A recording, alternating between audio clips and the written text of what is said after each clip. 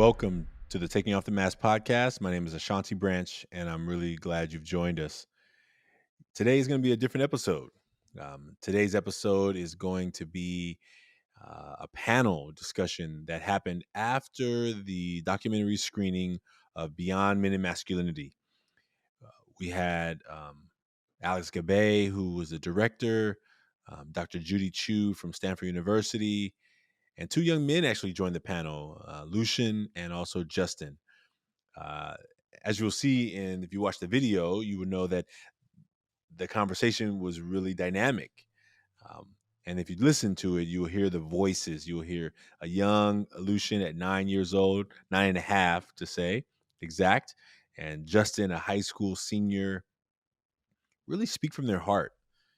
Um, Justin is just learning about our work as a 17-year-old, and Lucian at 9 is learning about our work. And imagine the difference of 8 years of growth, realizing that you had permission to talk about how you felt, realizing you had permission to take off the mask. And I'm really excited for those two young men, and I'm excited for the work that we're going to be doing right now in the Taking Off the Mask podcast. I want to share, and some people won't be able to see this, but I'm going to share a couple of masks that I collected from a little village in Mexico last week. The village is called Teotitlan de Valle. Teotitlan de Valle. And these are people who make They make rugs in this village. They're tapetes. They're weavers as a tradition. The Zapoteco. I'm gonna share a video clip that I made after I left one of the classes that we did. It was a class of students learning English in this little village, and we took them through the mask activity. It was so beautiful, letting them learn some English, work on some of their language, but also thinking about the Million Mask movement. And so I want to share a few of the masks with you. And so I'll show it on the screen for those who are watching, and then I'll read it out loud. So this first one on the front says, happiness. These are the things I let people see. Remember, the front of the mask, the things I let people see, and surprise. And the things that this person didn't let people see, sadness and preoccupation and worry. Preoccupation in Espanol is worry. This next one, these are some really cool designs. The front says, sportsman, kind sometimes, and scandalous. This is the things I let people see. Yeah. And on the back of the mask, I don't let people see when I'm being unsuccessful and failure. I don't let people see failure. This next one on the front of the mask, it says, let me see, make sure that's clear. Okay, great. On the front of the mask says joyful, bilingual, entrepreneur, and queer. That's the front of the mask, the things that let people see. And on the back of the mask, there's a lot of words. It says broken, criminalized, betrayed, lonely, monster, messed up, self-critic, and abused. And then this last one that I'm going to share with you. These are one more person who shared a mask with us in this movement. And this is all in Spanish, so I'm going to translate for the front of the mask. Actually, there's some words in English. It says love and happy. And then two words in Spanish. Divertida, that's like fun. And tímida is like shy. And on the back, it says, cuando tengo una problema, when I have a problem, I don't let people see that. Cuando estoy triste o enojada, when I am sad or angry, I don't let people see that. And worried. So those were 4 different masks that we collected. I think in total I did a workshop with maybe 3 or 4 workshops, and there was about 20 folks total.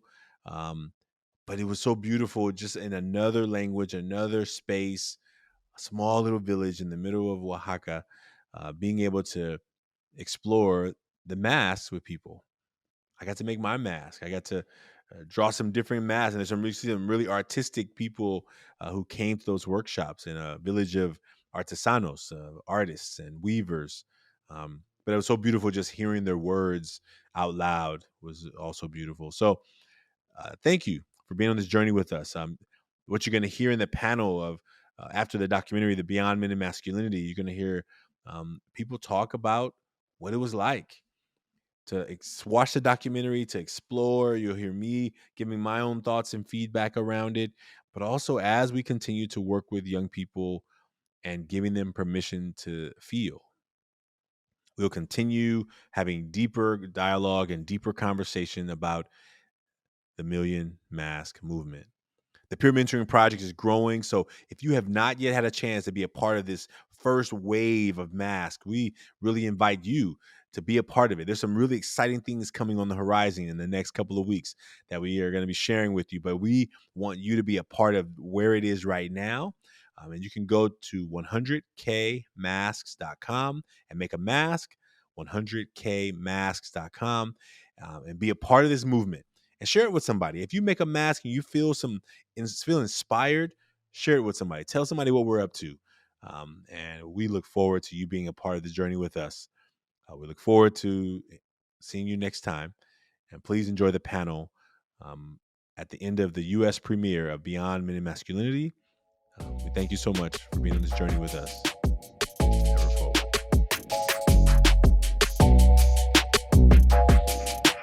Here's what we're going to do. The first question that came in was from Brendan Chan, and it came in the chat, and then we encouraged him to put it in the Q&A. So I'm going to ask the first question, and then we're going to just start going from there. That's how we're going to do it. So I'll work on moving people. And Justin, Julian, if you can help me move Justin and Lucian to the stage, our virtual stage, that would be helpful.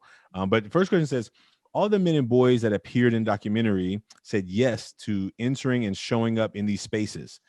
How do we get more men to say yes? And then the follow-up to that was, and how do we create more of these spaces? The question was by Brendan Chan, and Shane Adams added in the part of how do we create more spaces? So for either of you, like, how do we get more men to say yes to showing up in these spaces and doing the work? And even how do we create more of those spaces? So I'll start with either one of you who want to start, and I'm up. I can start. I think the most important thing is it's about how we create an environment for that. So being, like the work you do, giving people the chance to saying it's okay, so you have to create a space for that, where it's okay to be whoever you want to be, where it's a safe bubble. And that's quite difficult, because I think it's not a kind of, what do you say, cookie cutter situation. You have to do it around the community that you work with. Every perception of a safe space is different, depending on the community. So I think it has to be localized, understood, and encouraged. So, I think each situation is sort of different, and I think we have to sort of encourage people to think creatively about how they're going to provide this safe space. How do you create a safe space? I think that's absolutely. Sorry, go ahead. Judy, go ahead. Yeah. I think Alex is absolutely right. And also, I think the good news is that boys and men are able and very much interested in showing up in this way. But, as Alex said, they need to know that they can trust the space, that they need to feel comfortable with the space. I think that's one of, Ashanti, your greatest gifts, is that you have this amazing presence that invites people to come and be open and honest, and they know that they're going to be taken care of when they are. And so so I think, so in terms of how do you get men to show up, the thing is they're ready and they're willing, but they need to know that, the person who's asking them to show up is genuinely interested in having them come and be themselves. And then how to create those spaces, it starts with listening. I think part of, again, your gift is that you're there and you're listening in a very honest and genuine way. And people read that immediately. They know when somebody is, and Alex had the same gift as when he was filming us. There's a way he got all of us to speak openly about what we knew and what we had observed and experienced, because we trusted that we trusted him as a listener. And so I think it starts with listening, creating those safe spaces. And, obviously there's other things like respect and just the sincerity and then a willingness to be honest and vulnerable yourself too. And I think all of those things are the participants read immediately. And when they don't sense those things, then they don't enter those spaces, even if they wanted to. I guess you could, sorry to just add, I think you could also say that curiosity is part of it. Like you're curious, Ashanti, to know how, or genuinely curious to know how everyone in your group is doing. You wanna hear more. And when someone wants to hear more and asks the right questions and says, how are you feeling? But how did that work for you? I mean, knows what you're going through and asks further questions. The door is open. And a lot of the time people, don't ask those questions, they're not interested, or people are just paying lip service to that. So I think, as Judy says, your quality, for example, is that you're genuinely interested and you genuinely, create that space. Thank you for that. Okay, thank you. And Lucian is one of our young men. He's in our new circle. We have a 4th through 6th grade circle. Lucian, welcome. Good to see you. Hello, good to see you. So you're in our new circle. There's Dr. Chu and Alex. Alex, pronounce your last name for me because I want to make sure I say it right. My last name, Gabbay. Thank you. Yeah. Hi. Solution for you being a part of the circle. How is it for you? Like how was it made comfortable for you to start coming to this space and talking with the other boys in the circle and beginning to meet strangers, but also being in a space where you could talk about stuff? What was it about the circle for you? Well, I mean, I feel good, first of all, and I can share my secrets. And well, yeah, I just feel like I can really trust everyone. And yeah, totally, like everything good about the circle. How old are you? Can you tell everyone how old you are? Because I think you're probably our youngest participant here. 9.5. Awesome. Half. Okay, you got the half in there. There may be a 9-year-old here. So right on. Well, I'm glad you're here tonight, and I'm glad. How did you enjoy what you saw tonight in the documentary? It was really helpful, at least I thought. But I don't know about all of you, but it was helpful for me. Right on. Well, I'm glad you were here. I'm listening to Justin. Justin, we're gonna hear your voice tonight. Do you want to share how you? Because Justin let me tell you a little quickly about Justin. I'm gonna move you over here, and I know I didn't put you on the spot, so if you're not ready to put your camera on, let me just at least hear your voice. So I got introduced to Justin by a young man in Taiwan. So a young man in Taiwan introduced me to a young man in Alameda. Alameda is right next to me. And then Justin took this work, the movement, to his school. And through him introducing the work to his school, over 1,250 students have now made masks as a part of the Million Mask movement. And the new model of our work, like, it's not going to be me presenting at all these schools. It's going to be peers. So Justin helped us to create this new program called the Peer Mentoring. So Justin, what was it that made it comfortable for you? Because Brandon's question was, and we're going to get to these other questions too, but I want to make sure this one is I think a lot of people put thumbs up on this question. What made it safe for you to start talking about this with your peers and with others? What was it about the experience, or what was it just about what we created that made it comfortable for you? I mean, for me, it was like during these rough times, it was nice to see everyone come together. Like, even though it was over Zoom, everything started feeling like it was separated. Like, everyone was losing themselves, like, in many different ways. And I even lost myself in the beginning of quarantine. And it was like the only way I could pick myself up is by hopefully helping others out. And that's how usually, like, growing up, that's how I've usually been, just trying to be there for others before being myself, like being a selfless person. But, I mean, from the like results that we did at my school, it's been like a great movement. Many people they've come to me and been like, hey, thank you for bringing this. I've been going through rough times. And I mean, I'm an aspiring like filmmaker. And so I made a film about masks, and just having them being comfortable with me talking made it feel like I would be comfortable with like myself talking to them.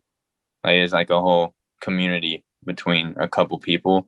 But I mean, it's been a great experience, and I hope to move forward with it. I'm gonna put your document, the film you made in the chat. So for those, you can please go watch it and share it. It's really powerful. And so I'm gonna put that in there for folks to see. Justin, thank you for being here. Thank you for letting me put you on the spot. Don't leave, because we're gonna may have more questions that come your way. Because I think that it's important for us to hear from the young people, right? I think what oftentimes schools fail to do is they have a bunch of older people making decisions for younger people and who have forgotten what it was like to be a younger person. And what it was like to be a younger person when they were young is very different than what it's like today, as you can imagine. And so I think that we need more young people in our advisory councils and more young people in the boards, and not just a seat on the board where they just sit there. I'm talking about like they get to be a part of decision making. And so if any board people in here, you know what I'm talking about. So I'm gonna leave that one for a later conversation. So the next question that was voted up was this one. It says, this is for you, Alex. Where can people view this movie if they want to promote it in their social media platforms?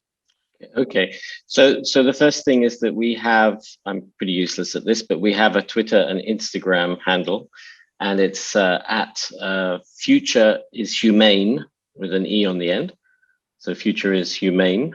And we intend to do, this is the first screening, this is the premiere, and people can follow us on those handles, and we will do more screenings in the US, because I think it's a wonderful opportunity for debate and discussion. And this is the first time I do this with my films. Normally I just give it to a distributor. He gives it to broadcasters, and that's the end for me, and I start on the new. But I felt that this was an important film. So yeah, social media, and there is also a website that you can find through the social media, where people can actually individually watch the film as well if they want. They can stream it. So yeah, I think it's the handle that's the most important. At Future is Humane. The next one here says, it's by Sean. Hey, Sean, how you doing? There was a connection made to how promoting equality and democracy can be a threat to masculinity. Can someone elaborate how that works? I swore I heard something like in the movie, but I didn't get the connection. And then some of the added comments to that question was it was Carol Gilligan who said it. That was right. And then all you have to do is look at the huge presence of white supremacy. Let me read this. All you have to do is look at the huge presence of white supremacy and everything that's happened in the country in the last 4 years to see the reaction to that threat happening in real time. And that's the question. That's what Carol Gilligan said when masculinity is threatened, violence is, I think she used the word inevitable. Imminent, yeah. Is that right? Imminent. Excuse me. Thank you. And so that is, do either you want to speak to that context of that statement? Sure. I mean, Carol was my mentor and advisor for my graduate work, and she's brilliant. And I want to mention, on the topic of that question, she has a wonderful book called Why Does Patriarchy Persist that she wrote with Naomi Snyder. And so definitely check that out. It's but in case you want to see a video of her speaking about the main points of that book, you can also just Google Gilligan and Snyder at Strand Bookstore, because they did a book launch in New York City in January 2019, covering the first 30 minutes covers the main point of that. But in a nutshell, it's kind of saying that patriarchy, when they talk about it, it's a hierarchy. It's a hierarchy that privileges men over women and some men over other men. And so when you're talking about a patriarchy, it's inherently unequal, which is how it runs, how it hinders and runs and is contrary by nature to democracy, where everyone has an equal voice that's equally valued. And so she's saying that when we focus on reproducing patriarchy, which is to say that men should always have privileges and dominance and value over women, or again, some groups over others, then in order for that to persist and continue, you have to oppress some and elevate others. And so that's how those things, kind of by definition, can't coexist. Yeah, thank you, Judy, for that. And the only thing I'll say about it is, here's what I know. I don't do a lot of data talking, but just what I know is that our jails are full of men. 94% of people in the United States who are in prison are men. And so either and you can look at the data. I don't know the data about what are violent crimes versus other crimes, but violent crimes are a high percentage. And the question is either men are just bad, or that there's something we taught men when they were boys that when they become adults, those rules are no longer letting them stay free. And what we see oftentimes in my work is, I use the example of King of the Hill, right? When all the families are at a picnic and the strongest little 5-year-old is pushing everybody down and he stands on top of everybody. He's like, oh my God, it's so cute. Well, it's cute when you're 5, but when you're 15, it'll get you arrested. So when do you begin to break out of that need to get an affirmation by people by being the toughest and the strongest, by being dominant over others? And when does that stop? So thanks, Sean, for asking that question. I'm just going to kind of keep moving through the questions. I know we may not answer everybody's question to the final degree of it, but hopefully it's just a conversation. And if there's more, please add more. And if there's something in the chat you want to say, please add more in the chat to the conversation, because I'm not here technically. Oh, yeah. Anyway, I was going to say I'm not here as an expert, but I'm learning that I've been doing this work a long time. And so I'm learning that the work that I've been learning through working with young men for the last 20 years, through Ever Forward for the last 16, and just in my life growing up, leads me just to answer it in a way that feels right to me. And so that's what I'll say for that. Okay. Thank you. I know I got Francisco up here. Francisco, are you ready to help us understand a little more context for your question, just so that we can either get it answered by the right person? Yeah, sorry. Oh, no worries. I think you have. Are you on 2 mics? I think I have you on 2 mics. Yeah, I had you on 2 different devices. Oh, we're watching us on split screen. That's I awesome. I gotta get you on the big screen, Gotta see that smile up there. Thank you for being here, man. Good to have you here. So I just want to make sure we understood we answered your question correctly. So the question that you said, what are the things that our adults and students can practice on the daily? Yeah, and I think you mentioned some of it, like just building relationships and connecting in that way. But what are some practices that we could do at home with our kids? What are some things that we could do at school to kind of make the shift that the film was like speaking of? And so, what are some practices that our students could do on their own to kind of help support each other? And you mentioned some of this stuff, but if you could just elaborate on some of that, that'd be wonderful. Yeah, thank you. Alex, you were around the world. You were in lots of different countries making this film. Did you, besides the ones that you showed in the film, are there other things that you saw people doing, practices they were using to give young people more room to breathe into their full being? I think it's difficult to prescribe anything particular, but I think it's down to this accepting, and I believe, for example, that one of the things that you can do is to go on the same journey. So one person's on a journey, say your son or your daughter, whatever, and they have, whether it's about their identity, whether it's about how they feel about life and so on.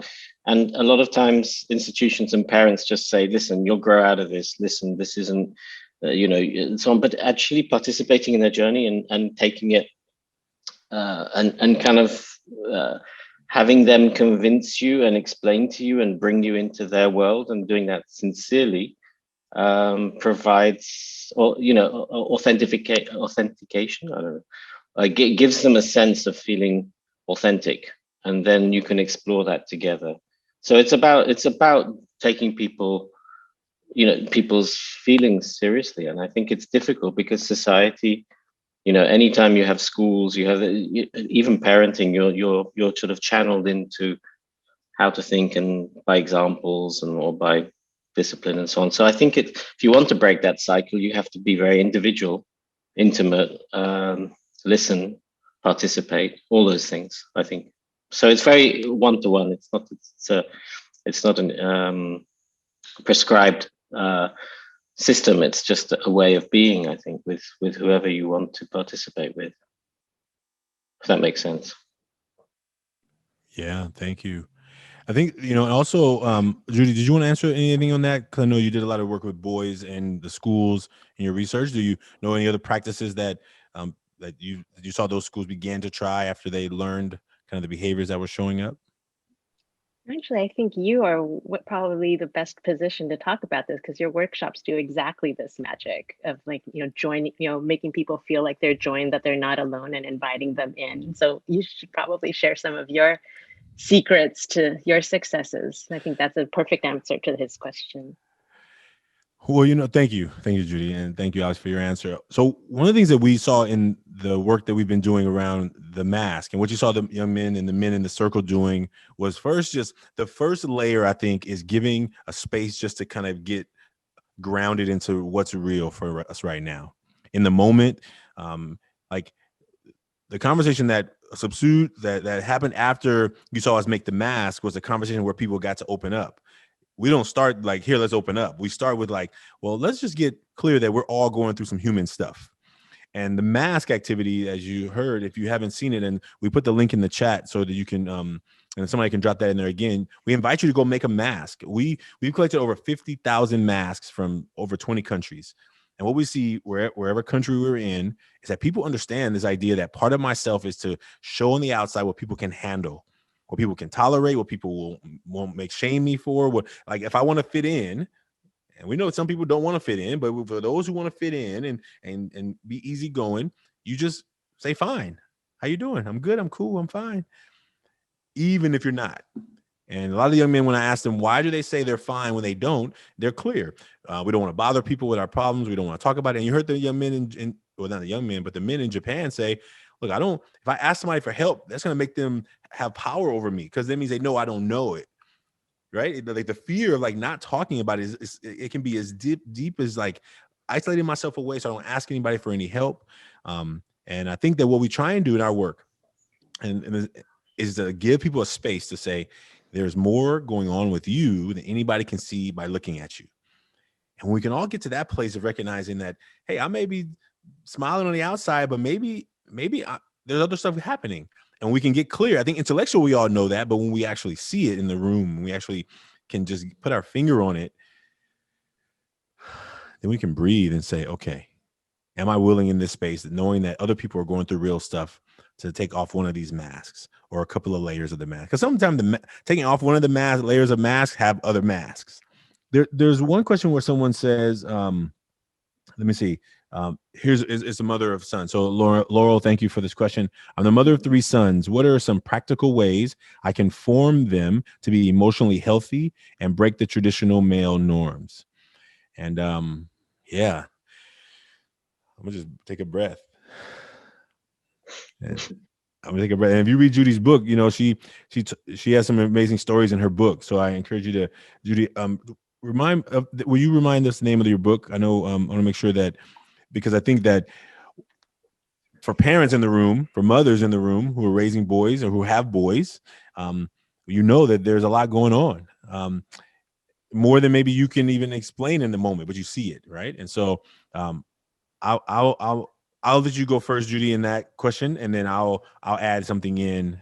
But the question says, I'm a mother. Where'd it go? Oh, I'm a mother of 3 sons. What are some practical ways I can form them to be emotionally healthy and break the traditional male norms? Wow, that's a great question. That's also a very a big question to answer. To respond to your first, the title of my book is When Boys Become Boys. And the second boys is supposed to be in quotes. So kind of when boys are learning what it means to be a quote unquote real boy or real man.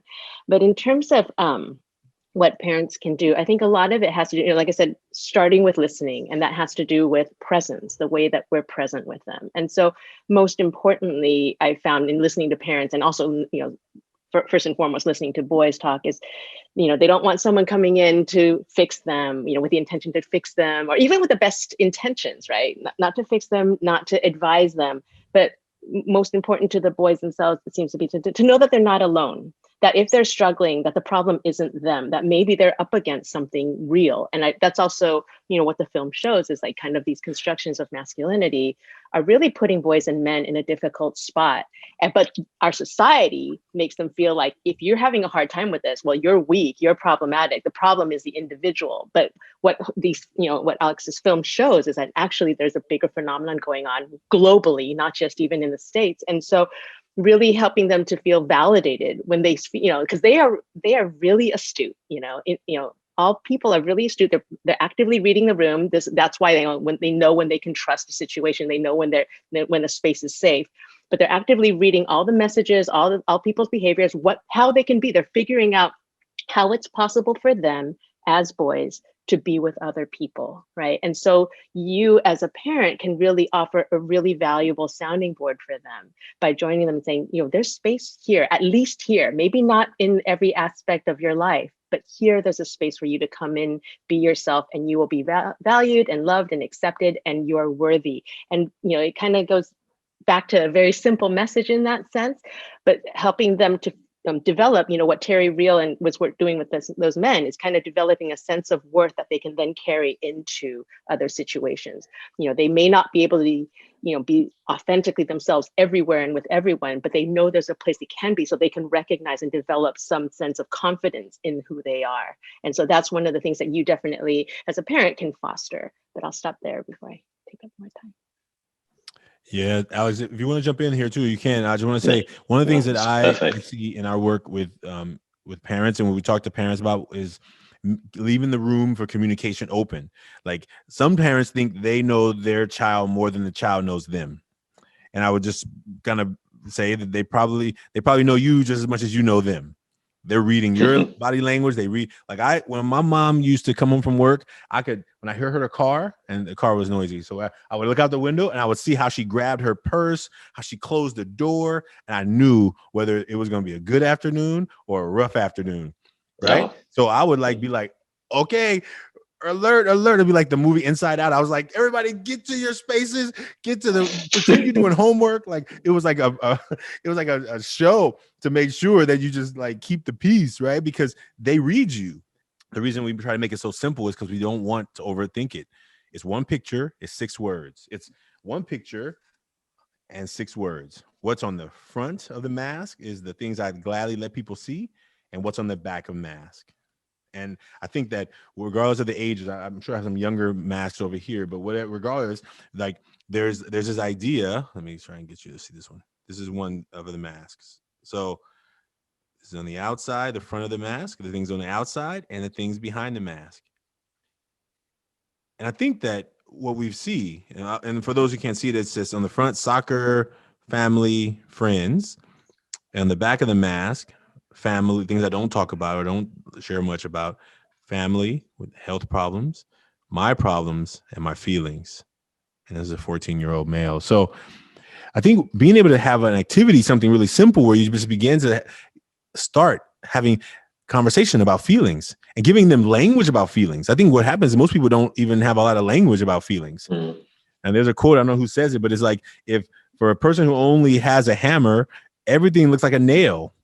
So if getting angry is the only way you know how to navigate life, you're going to hammer everything. Every time something happens, you turn it into anger. Whether it's sadness, you turn it into anger. Fear, turn it into anger. Embarrassment, you turn it into, all these things get shoved into anger, because in a lot of communities, anger is respected for men. And so anyway, I'll stop there because I can go on forever about that. So thank you for that question. I really appreciate that. There's a couple more questions in here. I want to make sure, maybe, I know, Adam, somebody else is in here looking into some of the questions. Here's one question here. It says, maybe try and get in order, but this one says, well, Stacey said, I need to see this a few more times. And then her question was, have you connected with the LGBTQ community, like HRC? I'm not sure what HRC stands for. Please help me with that acronym, about having a viewing of this film. And so I think, Alex, you spoke to more viewings coming. So Stacey, if you can maybe let them know about this documentary and maybe begin the conversation. Yeah. Maybe you can support them. That would be very helpful. Okay. That would be very helpful, actually. great. But yes, Aiden in the film deals with giving more breathing room and for people to have, trans people, for example. So I imagine we'll do a showing with them, a screening with them. But yeah, I think it's really important. Yeah, thank you. I know there was a comment in the chat. There was I want to say Anke. I'm going to pronounce that right. It says, what we do with our boys at home sometimes is we ask the simple how they feel, and we don't settle for good and bad. We ask them more detail to be specific. We want them to learn to talk about their. Oh, this is giving a specific example. We ask them to be more specific and in detail. We want them to learn to talk about their feelings. This is something one can do on a more day-to-day basis as a mini step. Thank you for, I think I want to pronounce Anke. I want to say thank you for that comment there. There's another question here in the chat.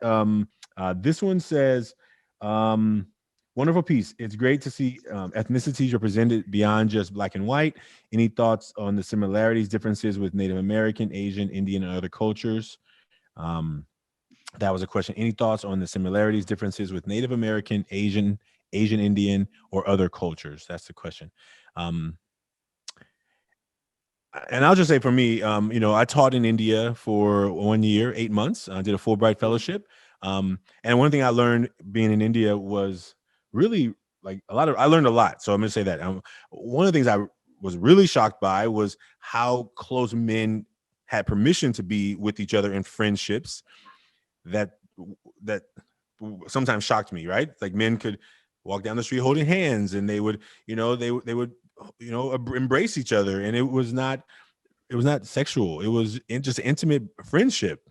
That, I mean, I grew up in the Bay Area, but it's often something you don't see often. I grew up in Oakland, but I know that some people are more comfortable with it, and some people were like, "Whoa, what's happening there?" But I think that I learned a lot about just having permission, just to be like, this is my friend. This is my like my best friend. Like to, and we saw what I see here is that there's such a lack and opportunity for that. And I'm only speaking about that. I don't know much about Native American communities around that, so I can't speak to that. But does anybody want to answer or have anything they would like to add?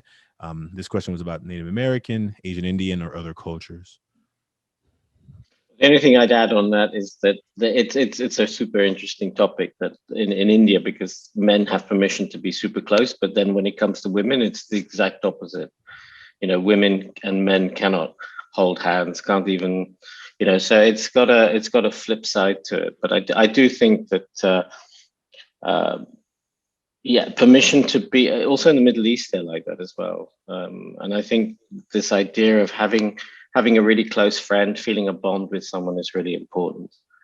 But for some reason, it has this flip side. The more you sort of become close with your buddies as men, then it shouldn't be at the cost of alienating women. But that's a whole different area, I guess.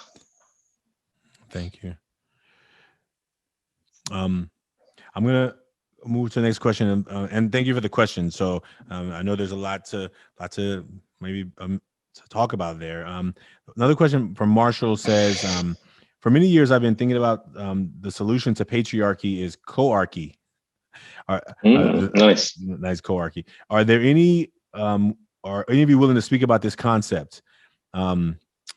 Co-archy. So that's that one. And then a comment to that was, it was interesting how the therapist said the problem with recent counter movements is that they focus on individual empowerment rather than relational empowerment. So the idea of patriarchy versus co-archy. Does anybody have a thought to that answer? I could just say one thing, that I think that patriarchy works on the basis of hierarchy. So you can have matriarchy. So you could have women. There were matriarchal societies. So the whole point is that the word hierarchy is still in patriarchy, co-archy, or whichever, And the idea is, how do you get to a situation where, because this involves race, it involves religion, it involves everything, where, castes in India, whatever. The whole idea is to achieve a situation where there isn't an archy in an ideal world. So I think one has to start with the idea of dismantling hierarchies. and fighting hierarchies, whether it's men, women, whether it's between races and color and so on. It's all about positioning. And thinking about that, there was a question that talks about that is in the patriarchy conversation, is that like, do we find that the harmful effects of patriarchy as well are in some ways reinforced through violent sports like football and hockey, and it's also how do we think about addressing that? So I think there's a lot definitely to be said about that. Jason, thank you for that question. Definitely some things that I talk to students about all the time, but also in the sense that how do we encourage them to be good at these sports, but also without taking the idea to head where we have to hurt. I mean, some sports you're supposed to hurt the other person, technically, right? To tackle somebody is just like not just to make them hit the ground. Is actually the crowd erupts when you get a hard hit, right? So there's so many things that are embedded in our culture, and definitely in video games. And we can come back. Yeah. Can I say one thing on this? Please do. Yeah, there's another film in the series which is on fairness. It was the one before this, on the concept of what's fair and equitable. And one of the things was there was a Norwegian researcher that talks about how in Norway, for example, in sports, up to the age of, say, 10 or 12, they play football. If one side's not doing well, you can add more players. It's fine. No problem. Just have fun. It doesn't matter what the score really is. As long as everything is going, good for both sides, you can add more players and so on. And so at the age of about 12, meritocracy comes in, so it's like, who's the best team? Who's the best in the class? And so this measurement of who's the best is also the basis of sports and so on and so forth. And so in a way, meritocracy also should be looked at. Do we value just the best person? Do we value just the best dancer, the best singer, the best anything? So that's... Yeah, thank you, Alex. There's a couple of questions around some. I think there's some parents here, so I want to talk about this because it talks about a parent who has 3 sons. The youngest, 6th grade. He's very sensitive and expresses his emotions easily. We actually worry that he's sometimes too emotional and can't control his emotions when he reacts so strongly to things. For example, he cries in class and now on Zoom, but in person last year. When he doesn't understand material, how I gauge whether his emotions are appropriate or too overwhelming for him. There's one the idea of a boy whose parent is feeling like maybe sometimes too emotional, and then another parent saying, well, I see my son's like block out emotions and go back to like, I don't feel nothing, I'm totally good, everything's fine, right? So you get the two kind of sides of that. And I think that the question that we may tackle is like, what are the balances? And I think that I want to say, for me, it's a really tough question, because I know that what I see with a lot of parents, I have some parents who send their kids to do karate, and then the kid becomes so tough that now he's like a baby cobra. He doesn't even know how to navigate his own strength. So he's now chopping everybody in the playground because he got this newfound strength. And how do you keep him from being now the bully that you're trying to protect him from, right? And I think that those are just become, for me, my answer is in the idea of these conversations just require continual revisiting. Like, as we get to, there's a mood meter. If you go, just go on Google and type in mood meter. I think it's like a mood meter, because all these words for language, right? All these words for feelings and emotions. And I think that it's how do we begin to like let them navigate. So what are you feeling right now? Like, let's look at this chart, from high energy to low energy, from positive emotion to kind of more negative emotion. Like, how do we begin to like navigate so that they can begin picking out? Because of the tears can mean lots of different things. People cry when they're happy and they cry when they're sad. So what are the tears? And I think that when we give them a space to like start learning language, like, well, I'm feeling this. I'm feeling worried. I'm feeling stressed. I'm feeling just, nervous. I'm feeling scared. Like, the tears can come from so many different ways. And so that's the way I would talk about that. And I say for the older boys, it takes practice. and then recognizing where do you see it in your life? And it requires us to come back to schools more than once. And so I think, first is getting schools to be willing to bring us in, and then being willing to bring us in again to continue, and them as educators continue the work, because we create the digital tools so that they can do it themselves. But you got to keep revisiting the conversation, because the mask is programmed. It was programmed when they were little. It didn't get programmed just when they went to high school or middle school. It was a progression of layers of masks that happened. And I think you said it really well. I think, the central themes of kind of raising awareness and critical reflections, so that, the things that boys are reading in their culture and environment, giving them the tools, the language, because if you have words for it, then you can manage it, right? Doesn't mean you can control it. And I don't think that's necessarily the goal anyway. And it's not even necessarily to change boys' behaviors, because, we can't no individual can just change it. Otherwise we'd all exercise and eat healthy all the time or whatever. So it's really about having empathy for ourselves and for each other, giving people space to make mistakes, to recognize their vulnerabilities, to practice kind of doing their best as they can daily. I'm all over the place, but the central theme is really about shifting this paradigm from one that has for a long time historically emphasized, individualism at the price of disconnection, right? And moving towards a new paradigm that really puts at its center the value of connection, because all, boys and men, but also, all people everywhere, regardless, of all genders, really are seeking connections and resisting disconnection. So the more that we can really acknowledge that connections are essential to our health, physical and mental health, and to our happiness, then maybe we can start to reprioritize the things that we've been told are important, and replacing the things we've been told are important with the things that actually will make our lives more, bring more content and honest and valued to the things that we do and pursue.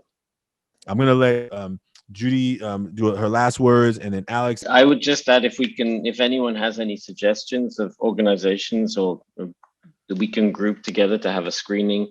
We want to have more screenings. We want to have more discussions like this. And so maybe there's also, I have to say this, there's information more on the film, more on Ashanti, more at The Future is Humane. If people want to follow us, that would be great, and make suggestions of where we can screen, how we can help. And it will also, I think, also get the word out about Ashanti. The more people that follow, we've tried to broaden the conversation as much as possible. Yeah, Judy, do you want to say something last words before we go? And I'll stay behind if anybody wants to stay behind in the room. But I'm gonna release our panelists who were just so generous of their time for us. And but I just wanted to make sure that I respect. I'm already 5 minutes over, but I do thank you all for hanging in here with us. Hey, Judy. Hey, I just want to say thank you for inviting me to be a part of this. It's been a privilege. And thank you to everyone for their wonderful questions. Ashanti, you did a great job hosting. Alex, thank you for making this film. Thank you.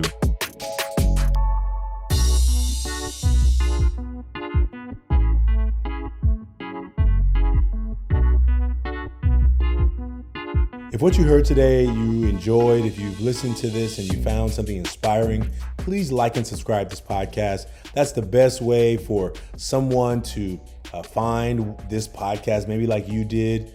Please tell someone about it. If listen to some of our previous episodes, and if one of them rings out to you, please share it with somebody you know. We also invite people to join us in a face-to-face where they come together with another person to make a mask and talk about that mask together. There's short conversations, about 20, 30 minutes.